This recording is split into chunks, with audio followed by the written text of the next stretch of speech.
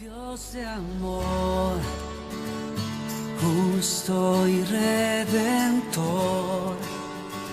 perfecto en misericordia, gracia y perdón. Dios, en esta noche venimos ante ti, Dios mío, para pedirte que tengas misericordia de cada uno de nosotros, que traigas vida, Señor, a nuestros corazones muertos y que resucites a estos huesos secos, Señor. Que tú seas el manantial, Señor, que se desborda sobre de este lugar y que abras los cielos, Señor, con tu vida. Ven, bendito Señor, porque si tú no estás, Dios, los muertos no se levantan. Si tú no llegabas, Lázaro no se levantaba. Asimismo, Dios, nosotros no podemos tener vida si tú no estás. Bendito Señor, te entrego nuestros corazones, nuestras mentes y todo nuestro ser a ti, Señor. A ti atribuimos hoy la gloria y el poder por los siglos de los siglos. Amén. Buenas noches, amados, amadas del Señor. En esta noche les pido, por favor, que dispongan su corazón a escuchar la hermosa palabra del Señor que hoy nos la trae Él. Y que Él tenga misericordia de cada uno de nosotros, porque de verdad la necesitamos. Y de verdad necesitamos la vida del Señor en nuestros corazones. Y de verdad necesitamos su presencia. Porque es lamentable ver hoy en día la condición actual de la iglesia en general. Cómo hay tantas personas que no conocen al Señor. Hoy vamos a continuar con nuestro hermoso estudio del libro del Apocalipsis. Y hoy nos toca Sardis, la iglesia muerta. Sardis, la iglesia muerta. Y desde el título comienza a ser triste la situación de la iglesia.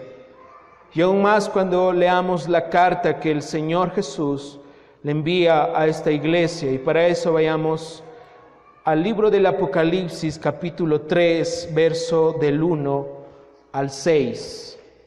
Apocalipsis 3, verso del 1 al 6. Las personas, si no alcanzan a ver, pueden venirse más adelante, si eso es lo que ustedes desean. Apocalipsis 3, verso del 1 al 6 dice: Escribe el ángel de la iglesia en Sardis, el que tiene los 7 espíritus de Dios y las 7 estrellas, dice esto: Yo conozco tus obras, que tienes nombre de que vives y estás muerto.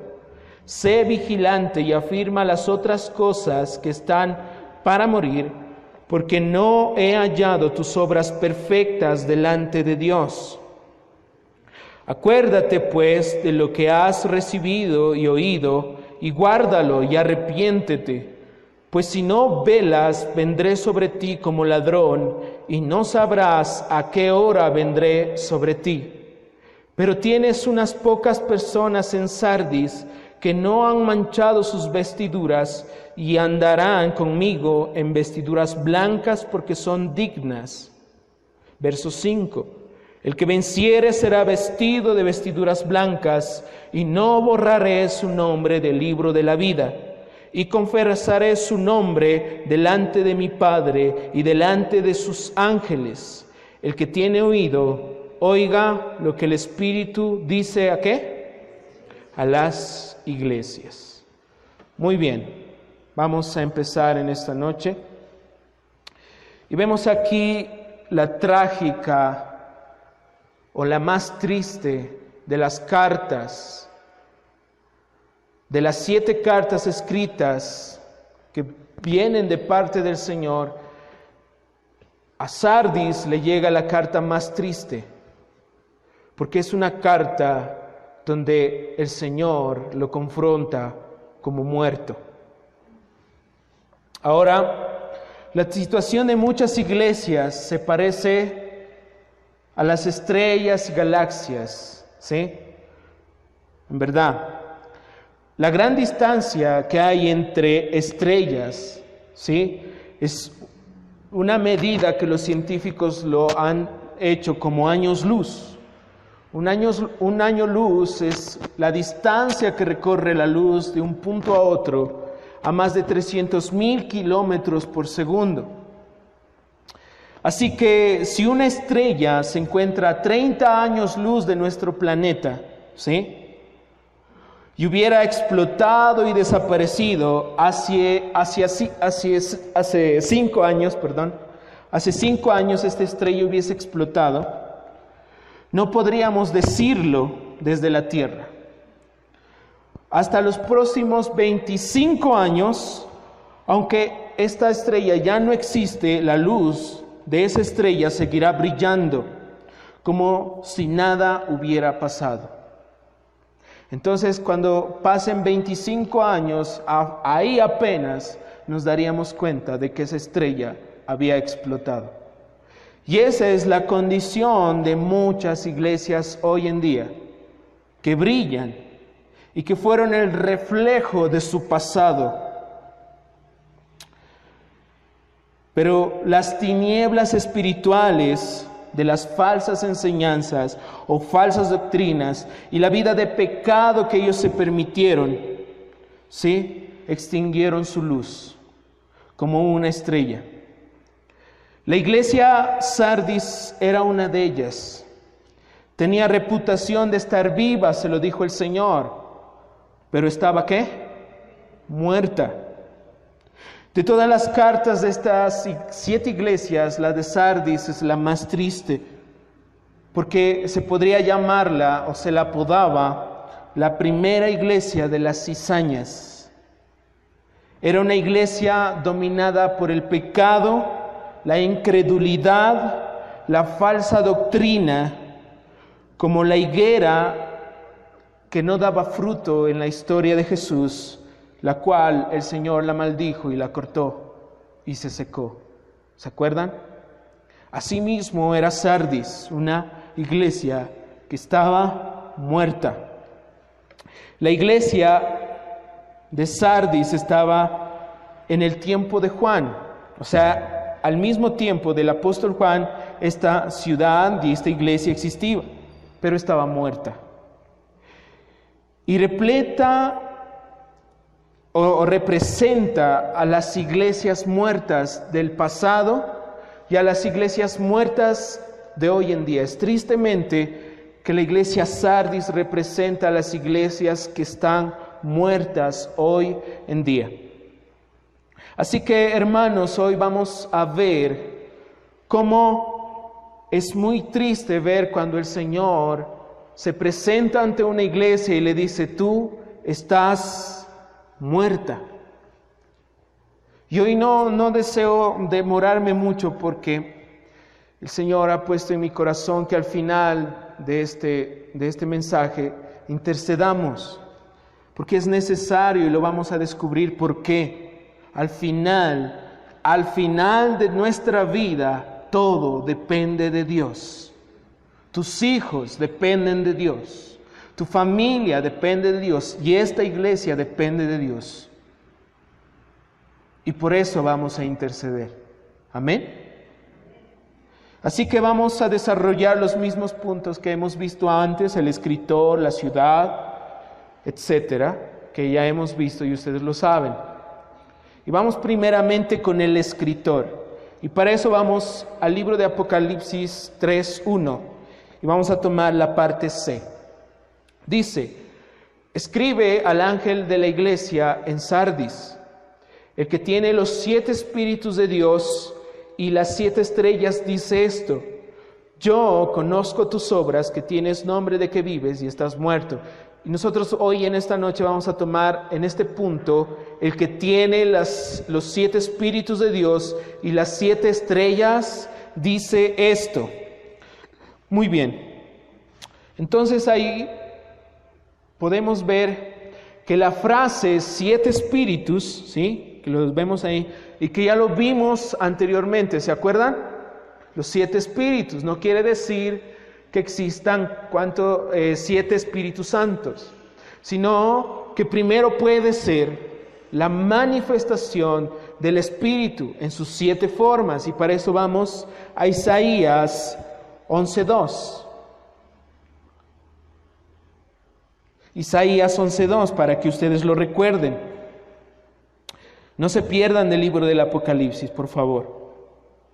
Isaías 11:2 y dice: reposará sobre él Espíritu de Jehová primero, Espíritu de sabiduría segundo, de inteligencia tercero, Espíritu de consejo cuarto, Espíritu de poder quinto, Espíritu de conocimiento sexto y Espíritu de temor de Jehová 7 espíritus, o las 7 manifestaciones del Espíritu Santo. Amén. Cuando hay un verdadero cristiano, tiene estas 7 manifestaciones. Por ejemplo, el temor al Señor.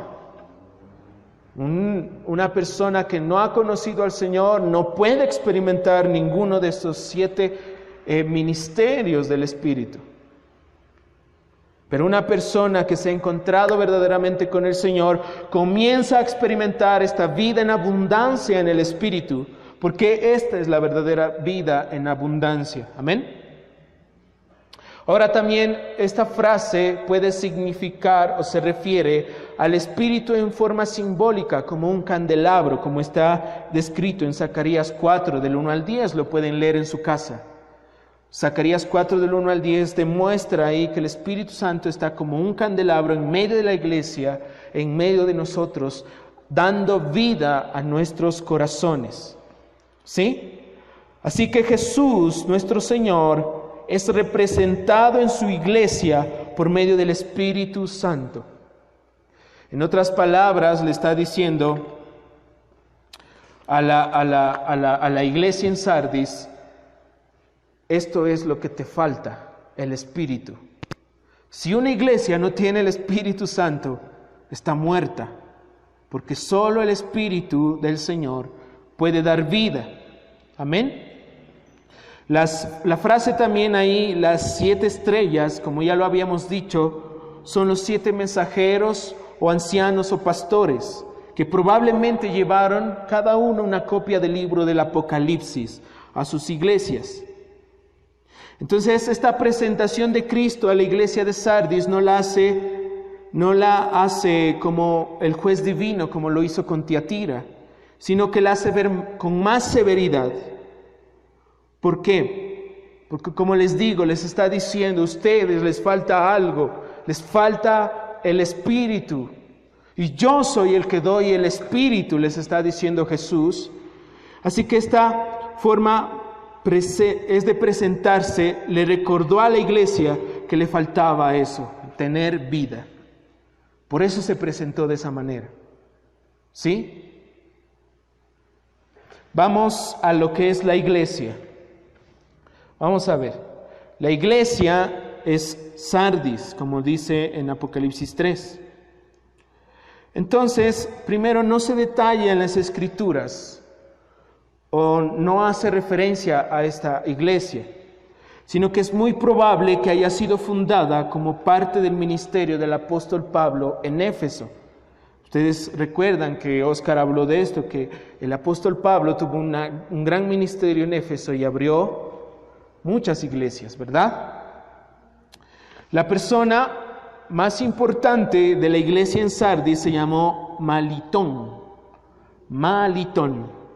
Era un cristiano piadoso que escribió en defensa del cristianismo. Fue el obispo a finales del segundo siglo y fue el primero en escribir el primer comentario del libro del Apocalipsis conocido. Así que él escribió el primer comentario del libro que estamos estudiando hoy. Y es muy importante, y al final nos vamos a dar cuenta por qué. ¿Por qué es un hombre muy importante? La carta de Sardis no habla de persecución. Cuando leímos, no decía por ningún lado que que había sido perseguido, ¿verdad? O había sido perseguida. Entonces esto nos hace hacer una pregunta. ¿Por qué en esta carta no habla de persecución? Entonces la pregunta es, ¿por qué se molestaría Satanás en perseguir a una iglesia muerta? Si la iglesia está muerta, pues ¿para qué gastar los fondos? Algo así. O sea, ¿para qué perseguir a una iglesia que está muerta? ¿Sí? La iglesia vivía una falsa doctrina. La iglesia vivía una falsa doctrina, había falsos maestros y una forma de vida corrupta. O sea, estaba muerta, totalmente muerta. ¿Sí? Esa es la descripción de la iglesia. Como les digo, vamos a ir muy rápido. La ciudad. Vamos a ver qué dice acerca de la ciudad. La ciudad se llama Sardis. Y dice que se fundó en el año de 1200 antes de Cristo. ¿Sí? También dice que fue una de las más grandes ciudades del mundo antiguo. Capital del fabuloso reino y rico Libia. Era uno de los más famosos en ese tiempo y de mucho prestigio y de mucho poder y dinero. Oro, plata, piedras preciosas y lo que tú te puedas imaginar. Dice por eso que al parecer las primeras monedas de oro y de plata acuñadas o elaboradas se comenzaron en Sardis. O sea, Sardis fue la primera ciudad que tomó el oro y la hizo una moneda, y la plata y la hizo una moneda. También dice que fue una gran productora de lana. De hecho, en Sardis, dice, esta ciudad reclamaban ser la que inventó el cómo teñir la lana.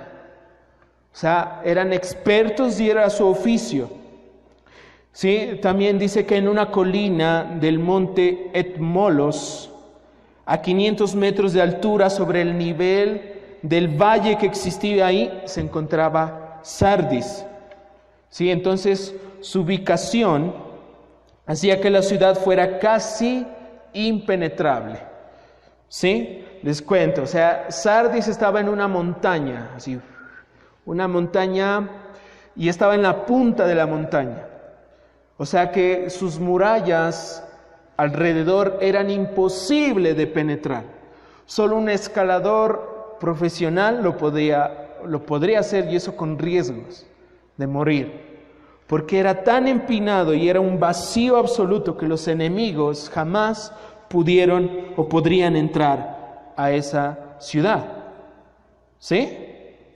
Así que su aparente ubicación hizo que los pobladores fueran muy confiados. Entonces, ¿qué es lo que hacían ellos?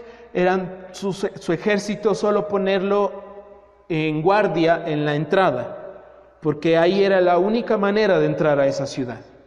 Entonces los soldados y las personas vivían confiadas, decían no nos van a invadir jamás, y nunca pusieron soldados alrededor de la muralla, ¿sí? Pero esa confianza a la larga fue lo que produjo la caída de Sardis, porque pasó lo inimaginable. Un día, para ahorrar la historia, porque es una historia muy larga, dice que unos enemigos de Sardis quisieron invadir y se dieron cuenta que eran muy confiados.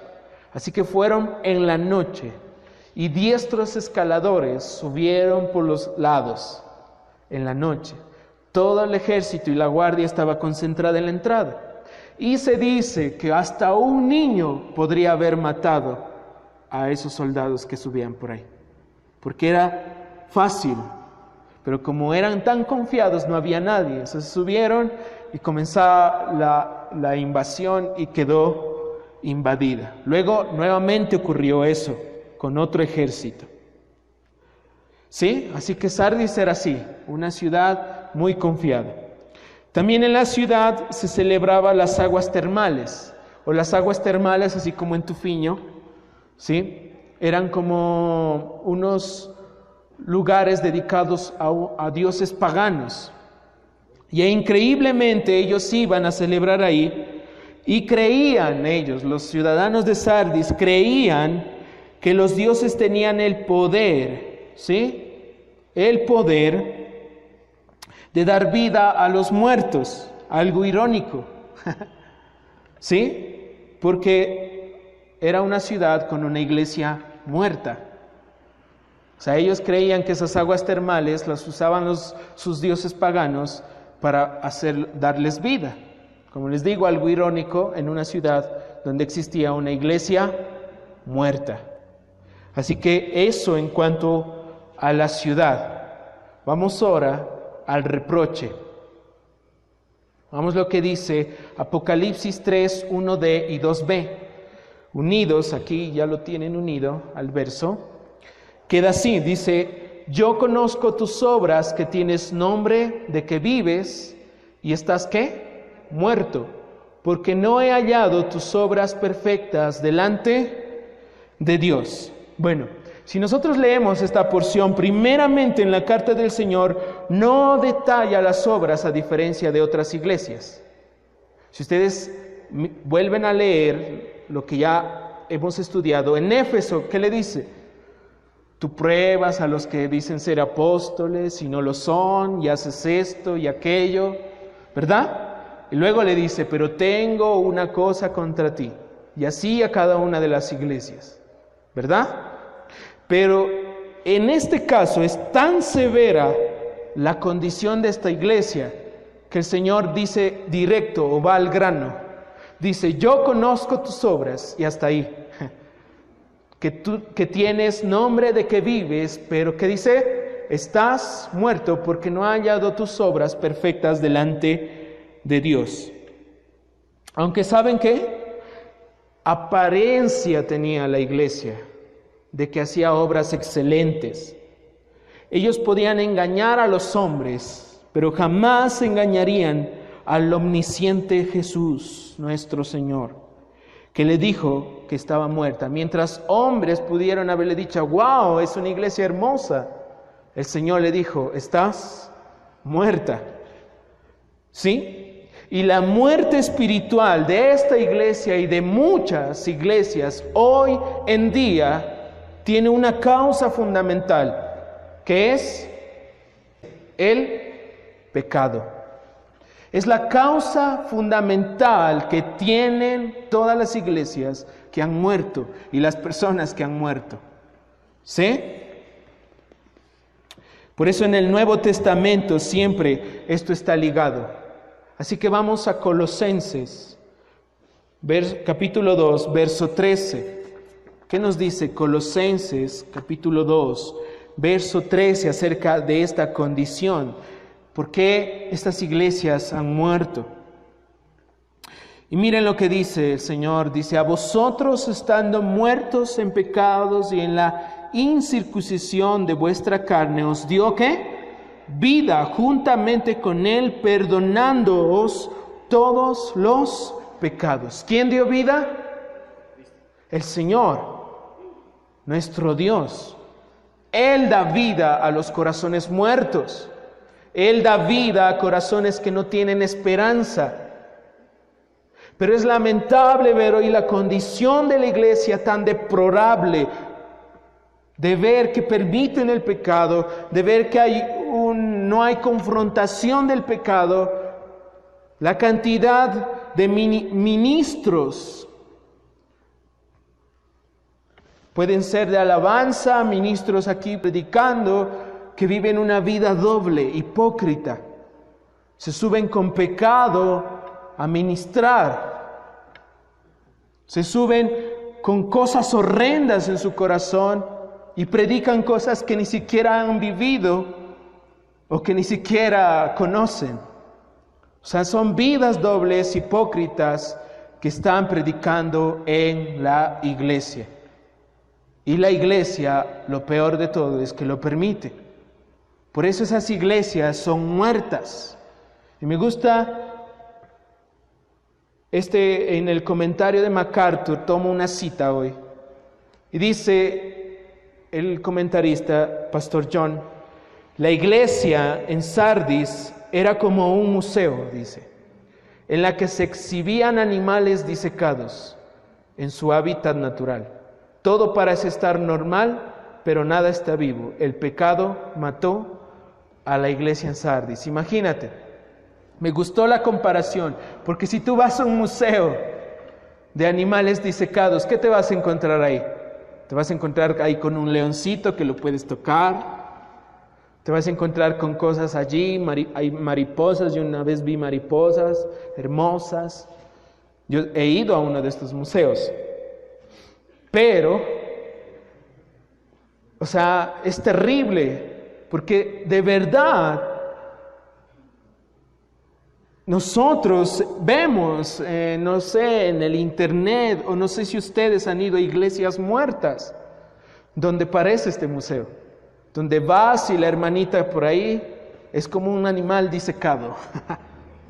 Parece estar bien todo, pero están muertos. Muertos, muertos, remuertos. ¿Sí? Y quiero hacer una pregunta hoy, muy importante, que si ustedes la notan, es muy importante. Dice, ¿cuáles son las señales de peligro que indican que una iglesia está muriendo? ¿Cuáles son? Y hay varias señales que nos indican eso. ¿Sí? Vamos a la primera. Dice, cuando la iglesia está viviendo en su reputación pasada y no en la presente ni en la futura. Hay iglesias que dicen y hablan, cuán hermosas eran nuestras obras en el pasado. Cuántos coros grandes teníamos. Qué músicos tocaron en alabanza. Cuánta gente se llenaba ese lugar. Iglesias muertas que viven en el pasado. Y personas que viven en el pasado. Personas que dicen, ¿cómo quisiera volver cuando yo oraba horas de horas? Cuando yo leía la palabra de Dios y eso era una dulzura, ahora es como espinos y cardos mi vida. Personas que tal vez están muriendo y eso no debe ser así. Le doy gracias al Señor y puedo testificar delante de ustedes con toda seguridad, de verdad, que ya no vivo yo en nada del pasado. Hoy le doy gracias al Señor porque Él está conmigo y cada día que pasa es un día de gozo, donde yo lo puedo mirar, donde Él me habla, donde Él está conmigo y juntos compartimos una relación. Ahora no sé cómo esté tu vida, cada uno es testimonio de eso. Yo no sé si tú puedas decir lo mismo con toda seguridad. O vives en el pasado pensando en qué momentos viví con el Señor en el año de 1900. Porque así o estás muerto o nunca conociste al Señor o estás apagándote como las estrellas que explotan en el universo. De a poco, hasta que un día el Señor mismo te dice, tienes apariencia que estás vivo, pero realmente estás muerto. Así que esa es una de las señales. Vamos a ver otra. Dice, cuando está más preocupada por la belleza de la reunión que en la realidad espiritual. Están más preocupados porque las luces, porque el escenario, porque todo suene perfecto, la voz del principal como un ángel, pero nada les importa lo espiritual. Están como Marta, afanada, angustiada, y no como María a los pies del Señor. Hay muchos y muchas iglesias que están viviendo así, afanados, preocupados porque, ya hagamos esto, pongamos este color a las paredes, que pongamos las danzas aquí, que por acá, esto, pero nada les importa su parte espiritual. Amén. Vamos a otro. Dice, cuando se centran solo en remediar las enfermedades sociales, en vez de predicar el verdadero evangelio que da vida.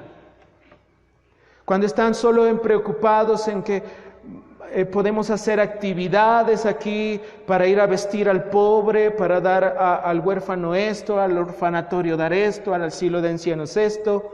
Y hay iglesias que lo hacen, y no quiere decir que no lo hagamos. Pero lo más importante y lo que muchas iglesias han olvidado es que en esos actos de caridad predicar el verdadero evangelio que da vida. ¿Sí? Eso es lo que muchas iglesias no lo hacen, y solo por la vanagloria de sus vidas. Otro es cuando se preocupa más por las cosas materiales que por las espirituales. Una iglesia preocupada por su templo o por otras cosas materiales más por las espirituales. Cuando les importa más lo que piensan los hombres que por lo que Dios dijo. Entonces, como un día predicaba Oscar Burbano, y decía, no prediquemos del adulterio, porque vino el gobernador y él sí da ofrenda.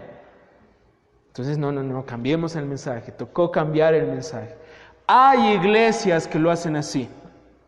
Yo no sé si les contaba a ustedes ese testimonio de que un buen predicador fue a Alemania a predicar. Y cuando él ya tenía su bosquejo y listo para hablar, alguien le dijo, pastor, por favor, no predique de pornografía. Y el pastor asombrado le dice, ¿por qué? Porque aquí todos los pastores se acuestan viendo pornografía. Increíble.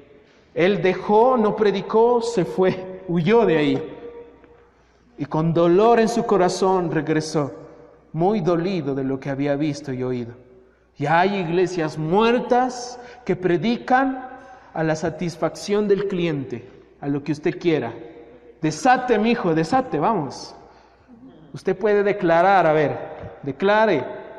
Usted puede hacer esto, vamos.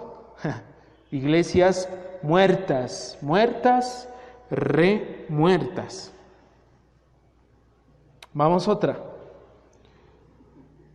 Cuando están más enamorada de creencias doctrinales o de sus sistemas teológicos que de la dulce y verdadera palabra de Dios.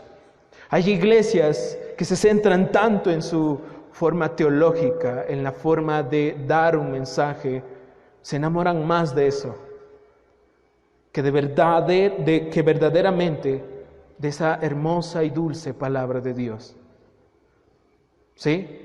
Ahora, esto no quiere decir que tú no tengas que estudiar teología o tengas que hacerlo. Hazlo. Tenemos que hacerlo. Pero que eso no sea nuestro ídolo en nuestro corazón.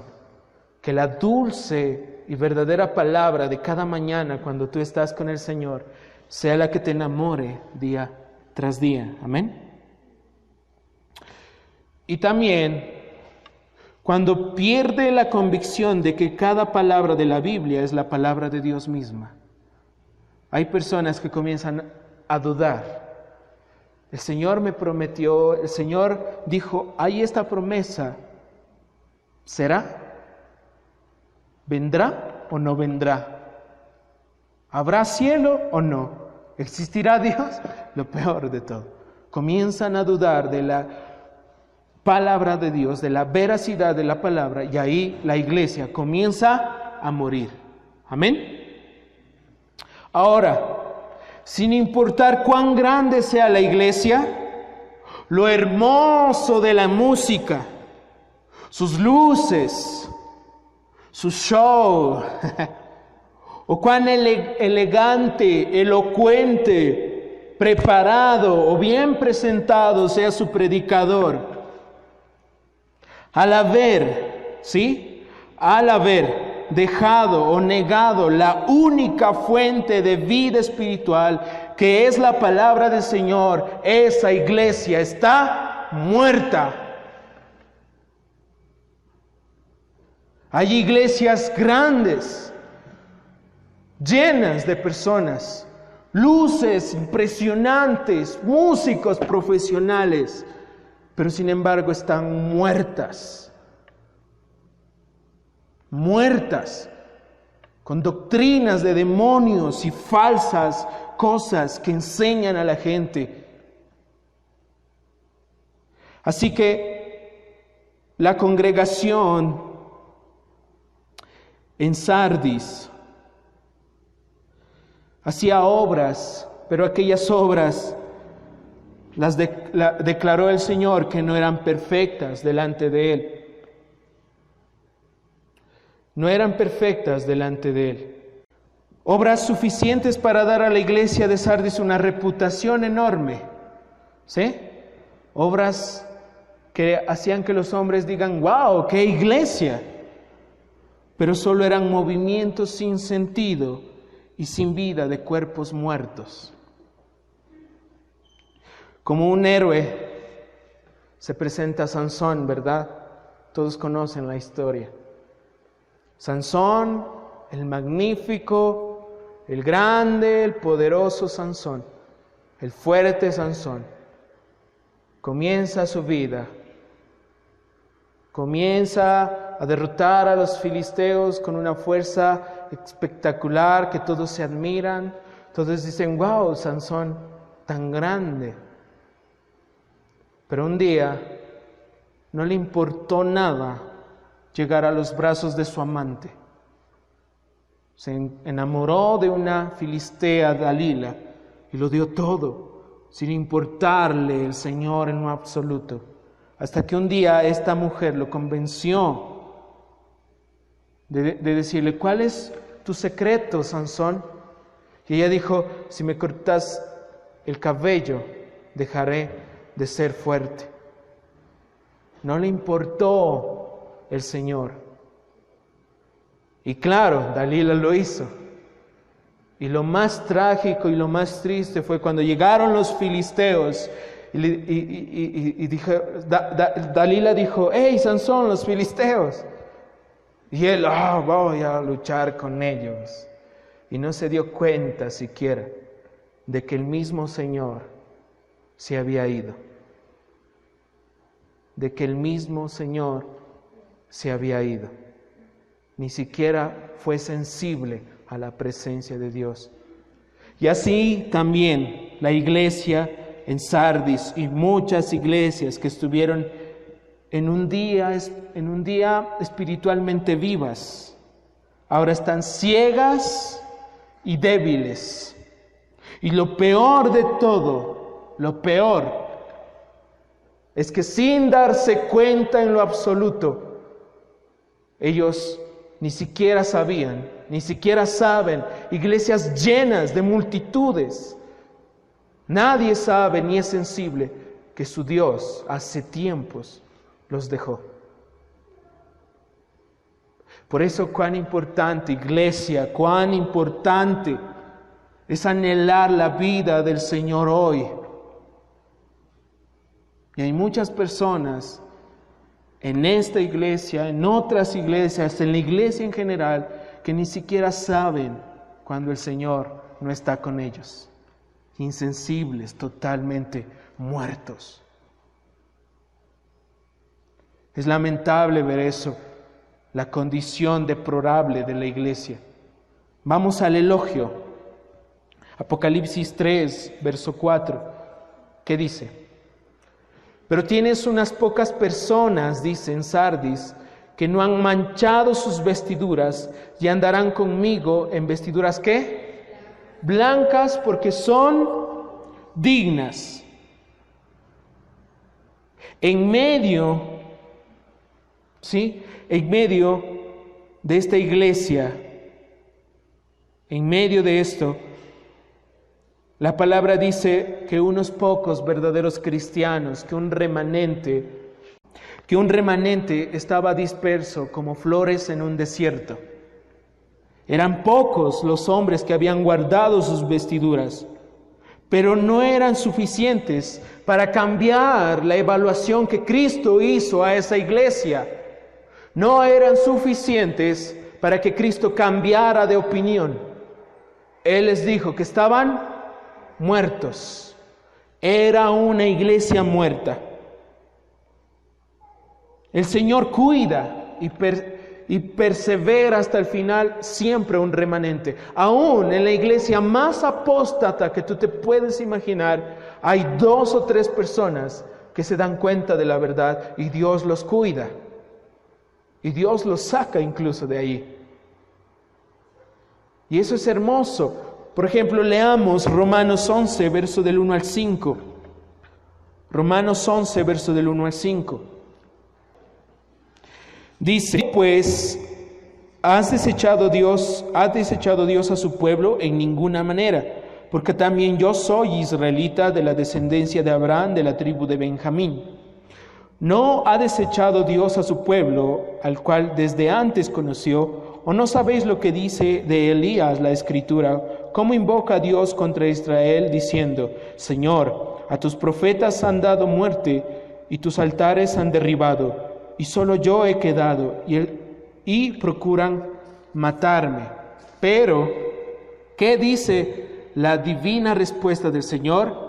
Me he reservado 7,000 hombres que no han doblado la rodilla delante de Baal. Así también aún en este tiempo ha quedado un remanente escogido por gracia. Amén. Hay un remanente en todas las iglesias, hay un remanente verdadero de cristianos verdaderos que se están levantando, que toman la palabra de Dios, que toman la presencia de Dios y van en busca de la gloria de Dios. Hay un remanente, aún en la iglesia más apóstata, hay un remanente. En la iglesia de Sardis había un remanente que se habían estado guardando. Había vivos entre muertos, humildes entre orgullosos, sinceros entre hipócritas. Eso es lo que había en Sardis y eso es lo que hay hoy en muchas iglesias. El Señor describe a este remanente como los que no han manchado sus vestiduras. Los que no han manchado sus vestiduras. Si ustedes ven allí, en Apocalipsis 3, 4 dice, no han manchado, ¿qué? Sus vestiduras. Allí está. Ahora esa palabra mancha, ellos lo conocían, porque viene de este original que es moluno, ¿sí? Y esta palabra la utilizaban muchos porque ellos ellos teñían la lana. Y ellos utilizaban mucho esta palabra que quiere decir manchar, amancillar o ajar, embarrar o contaminar. ¿Sí? Ellos sabían de esto. Y las vestiduras simbolizan el carácter en las Escrituras. Si ustedes van a Isaías 64:6, ¿qué dice? Ustedes lo saben, que nuestras justicias delante de Dios son como ¿qué? Trapos de inmundicia. Y lo que el Señor busca son vestiduras blancas. Así que este remanente podía venir ante la presencia de Dios porque no se habían contaminado. Ahora la pregunta es, ¿cuántos de nosotros no estamos contaminados hoy en este día? ¿Y cuántos de ustedes hoy han sido contaminados por el mundo? ¿Cuántos de ustedes se han manchado? ¿Cuántos de nosotros estamos limpios?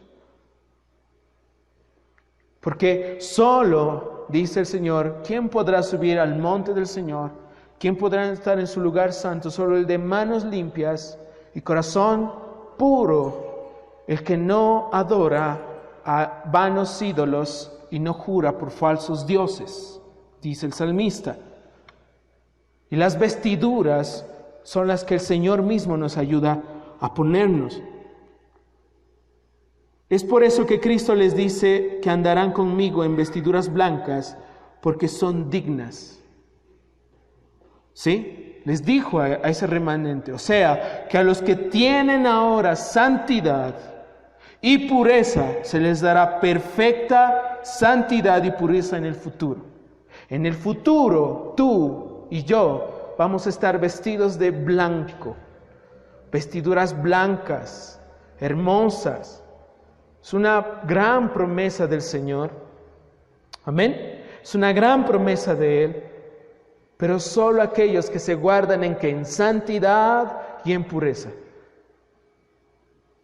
Así que para otros, lamentablemente, no hay esa promesa. Y hay muchos en la iglesia que están muertos y no podrán recibir esas vestiduras. Ahora vamos al mandato. Apocalipsis 3, 2a y 3. El mandato. Le dice al Señor, el Señor a esta iglesia, le dice: sé vigilante y afirma las otras cosas que están para morir. Acuérdate pues de lo que has recibido y oído, y guárdalo y arrepiéntete, pues si no velas, vendré sobre ti como ladrón, y no sabrás a qué hora vendré sobre ti. Muy bien. El Señor dirige este mandato a la iglesia de Sardis, y lo dirige ¿a quién? A su remanente.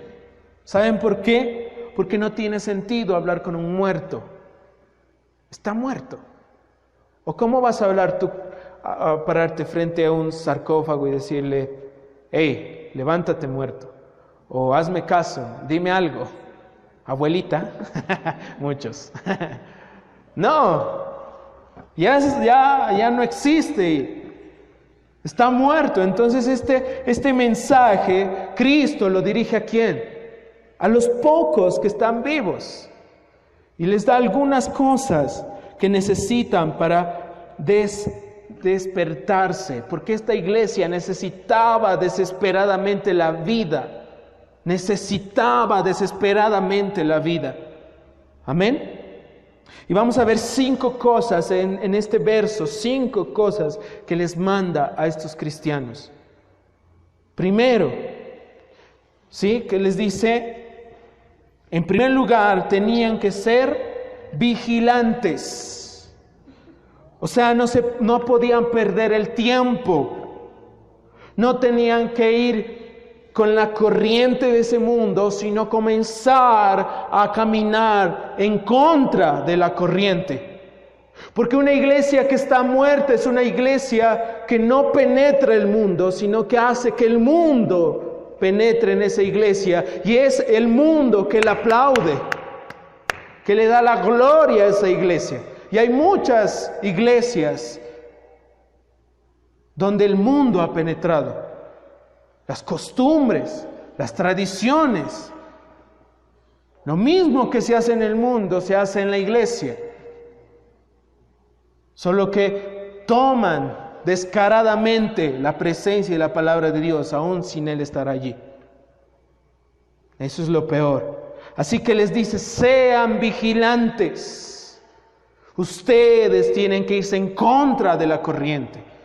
Si hay un cristiano hoy que sufre persecución, él está siendo vigilante. Porque cuando uno decide ponerse junto a la palabra del Señor y hacerla, junto a Él en su presencia, las personas te van a odiar. Las personas te van a criticar y te van a perseguir. Pero si no es así, las personas se van a acostumbrar a ti y ni siquiera van a saber que eres un cristiano. Entonces, en el lugar donde estás, ¿saben que tú eres un cristiano o no?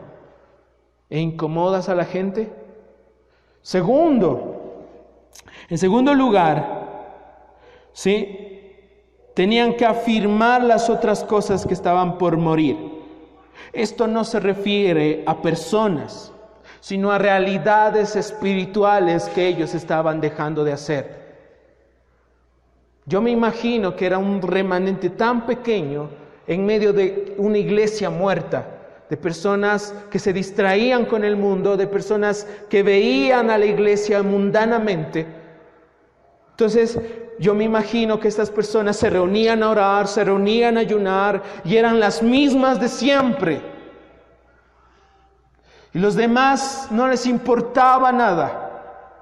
Vivían como se les daba la gana, pero ellos no. Pero al ver que eran tan pocos y no pasaba nada, tal vez, comenzó a menguar. Ya no oraban, comenzó a menguar de a poco el ayuno, decían, no, pues ¿para qué vamos a ayunar si solo vienen los mismos de siempre, los 2 pelagatos de siempre? ¿Para qué vamos a orar antes de la reunión si vienen los mismos? Si ni siquiera los que son llamados a ser líderes están aquí.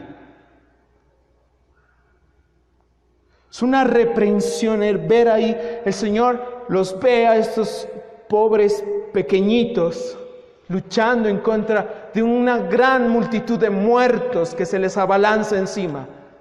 Y el Señor les dice, afirmen las otras cosas que están por morir. Les están diciendo, sigan orando, no importa que sean 2 o 3, pero sigan haciéndolo. No importa que sean los mismos que ayunen siempre, pero sigan ayunando. No dejen que Satanás les venza eso. Sigan, les dice el Señor. ¿Sí me hago entender, iglesia? El tercer lugar, ¿qué les dice? Que debían acordarse de lo que habían recibido y oído. Necesitaban con urgencia volver a la palabra de Dios y a las verdades que habían recibido acerca del Señor. Escuché un mensaje y hablaba de esto, y el predicador, un pastor muy conocido, decía que cuando él daba consejería y decía, hermano, venga, necesito hablar con usted de urgencia, porque veo algo en usted que no está bien. Y dice que casi nunca, de hecho nunca, cuando habla con alguien en consejería, después de decirle, mire, esto está haciendo mal porque la palabra de Dios dice esto, casi nunca escucha decir a una persona, lo que no sabía, pastor, pero si hubiese sabido, no hubiese hecho eso.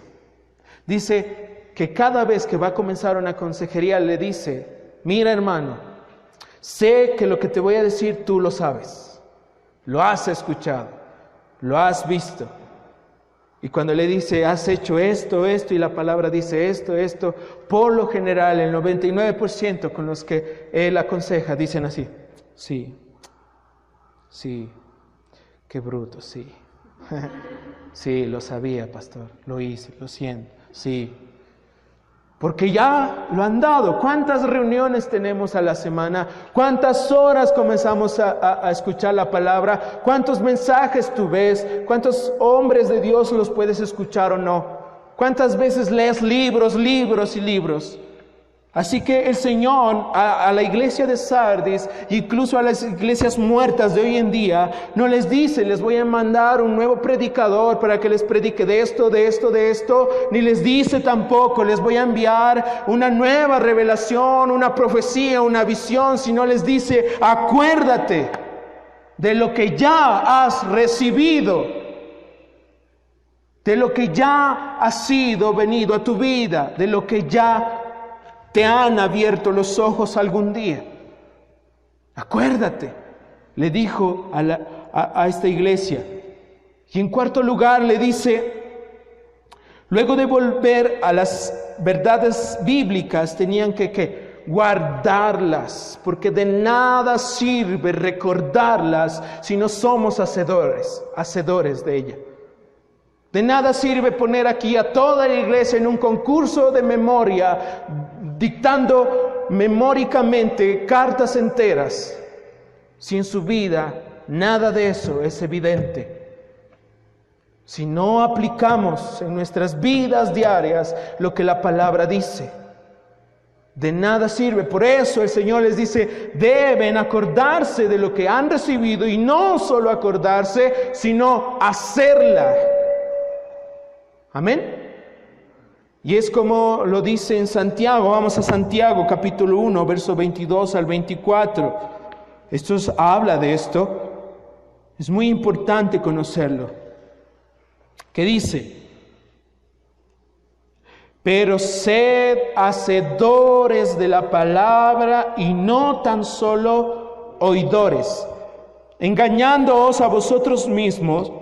Porque si alguno es oidor de la palabra, pero no hacedor de ella, este es semejante al hombre que se considera en un espejo su rostro natural. porque él se considera a sí mismo y se va y luego olvida cómo era. Es como decir que tú te levantas en la mañana o que yo me levanto en la mañana y los pelos así, ¿sí? Por lo general es así, ¿sí?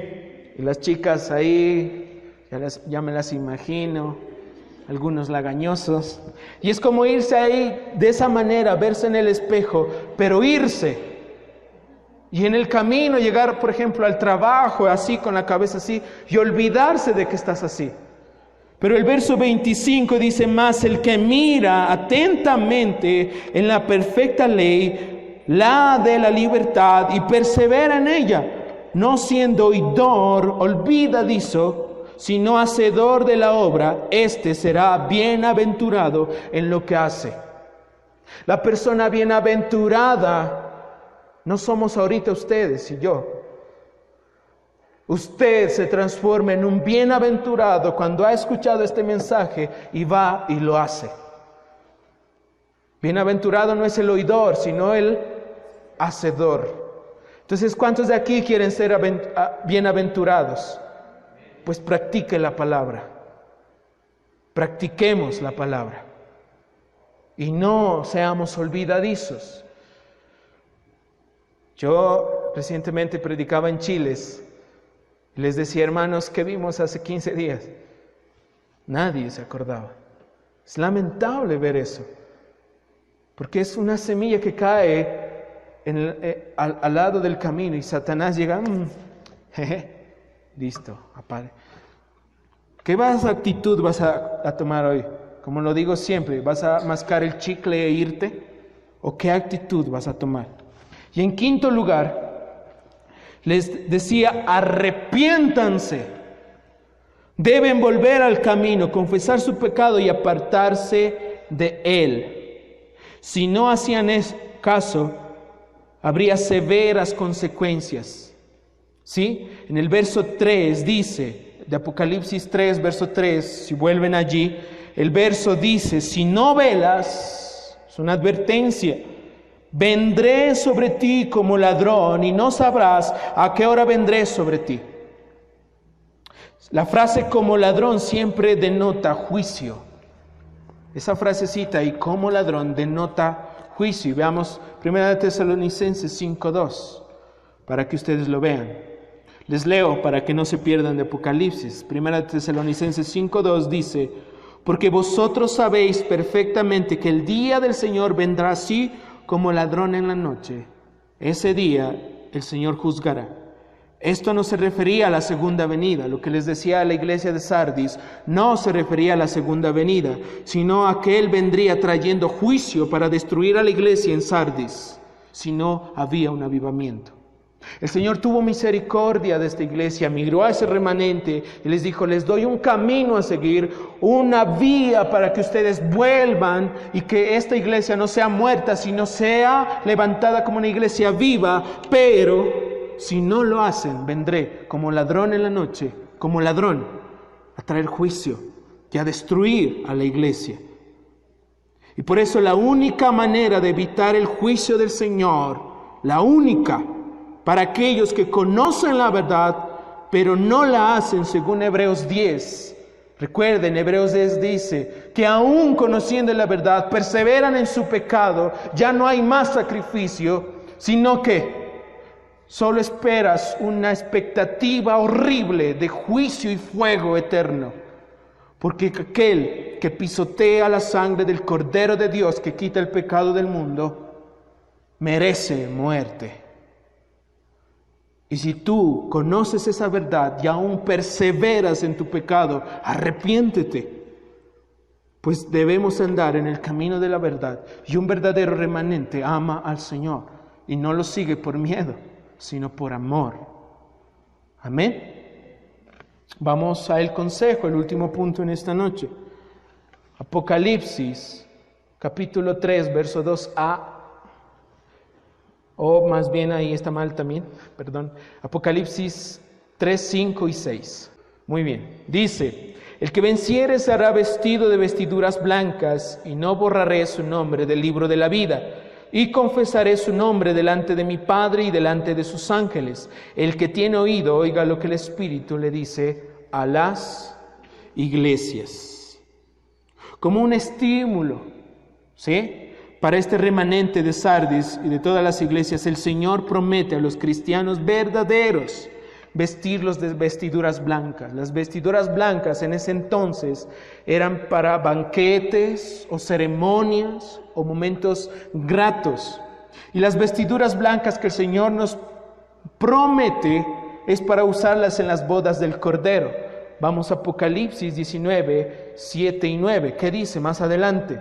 Apocalipsis capítulo 19, versos 7 y 9. Esto es algo hermoso y glorioso que te debe hacer suspirar realmente, porque miren lo que dice: gocémonos y alegrémonos y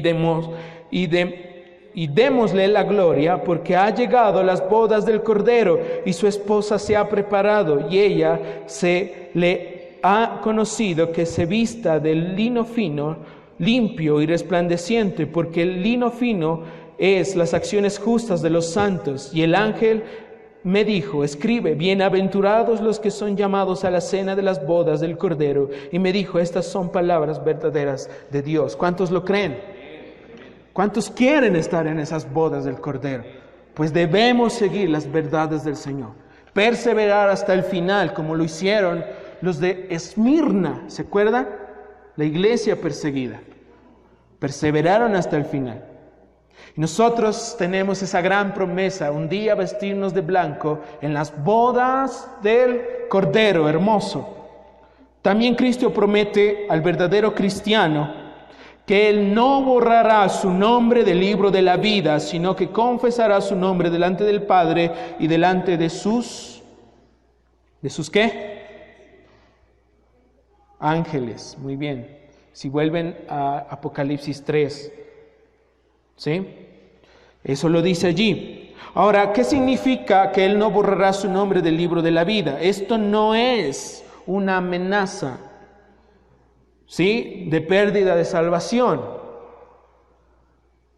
Porque hay personas que piensan, o hay personas que toman este texto y lo distorsionan, diciendo a otras que, pierdes la salvación.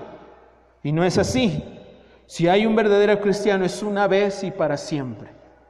Amén. Esto quería decir, antes de esto, en ese tiempo, cuando las personas cometían un acto de delincuencia grave, entonces los gobernadores iban, o ahí el que estaba encargado decía: a ver, Oscar Bolaños, nacido en el año de 1900 tal, se lo borra, no existe más. Eso es lo que quería decir. Y la iglesia de Sardis estaba muy familiarizada con eso, porque en esa época se daba. Así que el Señor toma esa ilustración y le dice: no te borraré, o no borrarás su nombre del libro de la vida. Amén. Entonces, ¿esto qué quiere decir? Tenemos que leerlo bien. No borraré quiere decir que una vez yo te he dado mi santidad, tu nombre no será borrado. Nosotros permaneceremos en el libro, que realmente es la mente del Señor. O sea, el libro no es físico, sino es la mente del Señor mismo, representada como un libro. Tu nombre es imborrable. No importa cuál haya sido tu pecado, cuán grave sea, cuán grande sea, yo te he perdonado, tu nombre es imborrable. Eso le promete el Señor a un verdadero cristiano. Yo no sé cuántos le crean al Señor eso, porque Satanás viene y comienza a confundirte. Si no entendiste esto, Satanás se aprovecha y dice: mira lo que hiciste. El Señor no te ama. El Señor esto, el Señor... y tú, Señor, no. Y además la confirmación de esta promesa está cuando en el verso 5 le dice, en Apocalipsis 3:5 dice: el Señor confesará su nombre delante del Padre y delante de sus ángeles. En otras palabras, ese día estará allí con el registro y dirá: Fernando, presente, Señor, aquí estoy. Y el Señor Jesús dirá: Él me pertenece, Padre. Este es uno de los míos. Adelante. Él nos confesará delante del Padre y de sus ángeles. Eso es hermoso. Pero ¿a quiénes los confesará? Aquellos que tienen una relación con el Señor. Y vamos a Mateo rápidamente, Mateo 10, versos 32 y 33, que es una ilustración casi idéntica a lo que acabamos de decir. Mateo 10, 32 y 33 dice: a cualquiera pues que me confiese delante de los hombres, yo también le confesaré delante de mi Padre que está en los cielos. Y a cualquiera que me niegue delante de los hombres, yo también le negaré delante de mi Padre que está en los cielos. Es algo, si tú no lo niegas, el Señor no te niega. Pero si tú lo niegas, el Señor te niega.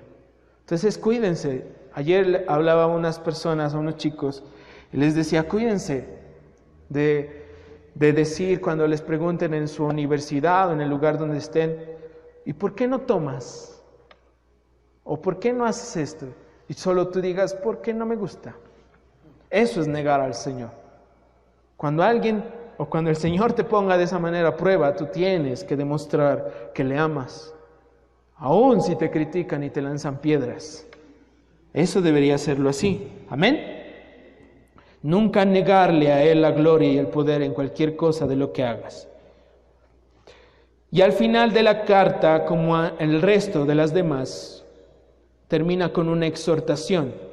El que tiene oído, oiga lo que el Espíritu dice a las iglesias. Ellos tenían que oír. Necesitaban oír, porque era una iglesia muerta que necesitaba sobrevivir. ¿Sí? Necesitaban. Así que entonces debemos preguntarnos, ¿qué pasó con Sardis? ¿Verdad? ¿Llegó el avivamiento? No lo sé, dice. ¿Sí? ¿Qué pasó? Y según el comentario de John MacArthur, dice, el que un hombre como Melitón, ¿se acuerdan?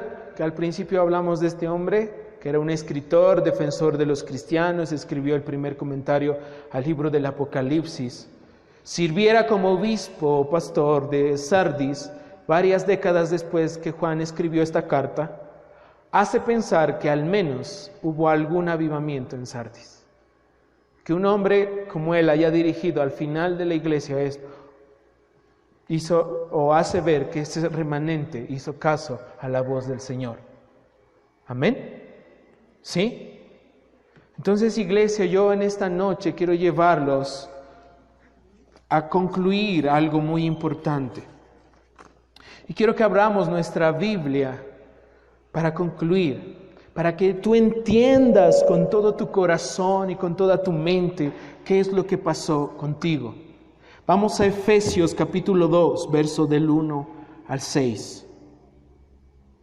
¿Y por qué hoy en esta noche vamos a interceder por un momento al Señor? Dice Efesios 2, verso del 1 al 6, dice, escuchen, yo quiero que todos lean esa palabra, que no se distraigan en este momento porque es algo impresionante. Dice, y Él, hablando del Señor, os dio vida a vosotros cuando estabais, ¿qué? Muertos en vuestros delitos y pecados, en los cuales anduviste en otro tiempo, siguiendo la corriente de este mundo, conforme al príncipe de la potestad del aire, el espíritu que ahora opera en los hijos de desobediencia. 3. Dice, entre los cuales también todos nosotros vivimos en otro tiempo, en los deseos de nuestra carne, haciendo la voluntad de la carne y los pensamientos, y éramos por naturaleza hijos de ira, lo mismo que los demás. Ahora presten atención a esta palabra, al verso 4. Es el verso que ha tocado mi vida y ha traspasado mi vida, porque ahí están las dos palabras más importantes de la Biblia. No encontrarás las palabras, dos palabras más importantes, ni en Génesis hasta el Apocalipsis. ¿Qué dice? Pero Dios, eso es lo más importante. Pero Dios, que es rico en misericordia por su gran amor con que nos amó, aun estando nosotros muertos en pecados, nos dio ¿qué? Vida juntamente con Cristo. Por gracia sois salvos. Verso 6. Y juntamente con Él nos resucitó y asimismo nos hizo sentar en los lugares celestiales con Cristo Jesús. Iglesia, entiéndame algo en esta noche. El Señor te salvó. No fue un hombre, no fue una religión. Tú y yo estábamos muertos. Tú y yo no teníamos vida, ni esperanza, ni futuro. Y esas hermosas y benditas palabras del verso 4, pero Dios, tú piensa en tu vida, piensa en tu pasado, piénsalo ahora mismo y contéstate, pero Dios. Y mírate ahora, pero Dios. Nosotros, iglesia, somos siervos inútiles. No podemos traer vida a las personas, entiéndelo. Así te pares en las pestañas, predicando en los parques, caminando por las calles, yendo a tu casa a predicar con toda la pasión que sientas. Jamás podrás dar vida, porque Dios la da, pero Dios te ha visto a ti. ¿Tienes un corazón agradecido o no hoy? Si de verdad has resucitado, entonces tienes que tener un corazón agradecido, porque Dios ha tenido misericordia contigo. Y ves ese pasado negro, oscuro, feo, y hoy dices, pero Dios, gracias. Pero Dios, no hay otras palabras. Si no fuera por Él, estuvieras muerto y yo muerto, perdido en nuestros delitos y pecados, muertos. Pero Dios, que esas palabras penetren en tu corazón. Pero Dios. Entonces ahora que miras a tu lado a personas que amas, a tus padres, a tus primos, a tu amiga, a tu amigo que tú amas, tú tienes que entender una cosa, que tú no le puedes dar vida, pero Dios sí. Entonces, cuánta importancia tenemos que clamarle al Señor, interceder por nuestros padres, interceder por nuestra familia que se pierde. Y tú y yo somos incapacitados. Duele en el corazón ver a gente muerta dentro de la iglesia, duele. Personas que vienen a este lugar y que no tiene ni un poco de sensibilidad. Un hermano tuyo tal vez, un ser querido que está a tu lado, que comparte tu vida, que está junto a ti. ¿Y tú qué haces? No puedes hacer nada, porque somos siervos inútiles. Pero Dios, Él sí puede salvarte. Él puede dar vida a una iglesia que estaba ya enterrada y dijo, yo le daré vida, y la sacó. Él te puede sacar del sepulcro a vestiduras blancas. Pero Dios puede salvar a esa persona que está en tu mente ahora, a esa persona que ahorita mismo la piensas. No tú, no una iglesia, no un pastor, No una reunión con luces bonitas y con un show maravilloso, no. Solo Dios te puede salvar. Que esas palabras jamás se les olviden. Pero Dios, aún que somos nosotros, sino basura, eso somos. Pero Dios tuvo misericordia contigo y dijo: yo te salvaré a ti. ¿No les parece eso hermoso? Si no les parece eso hermoso, entonces, ¿qué puede hacer el Señor? Ya no hay nada más. El Señor dijo: yo te di a Cristo, pero si tú ya no quieres, entonces ¿yo qué puedo hacer, hijo? Entiéndelo, iglesia. Padres, ustedes piensen por sus hijos. Algún día ellos tienen esa decisión. Enfrentarán ese momento donde dirán: sí, Dios, te amo, o no, te rechazo y me voy por mi camino. No son ustedes, padres, es Dios. No somos nosotros líderes, es Dios. No es una iglesia, es Dios. Es Dios quien da la vida. Piensa en tus hijos, en tus hermanos, en tus padres, en esta ciudad que hoy está en sus placeres. Y piensa en Dios, de que Él es el capaz. Si el Señor no hubiese llegado, Lázaro no se hubiese levantado. Pero el Señor se levantó, o Lázaro se levantó, porque el Señor Jesús llegó. Amén.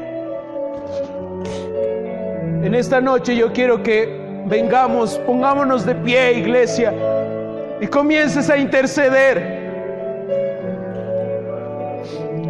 Intercede hoy con todo tu corazón y con toda tu pasión. Intercede por aquel.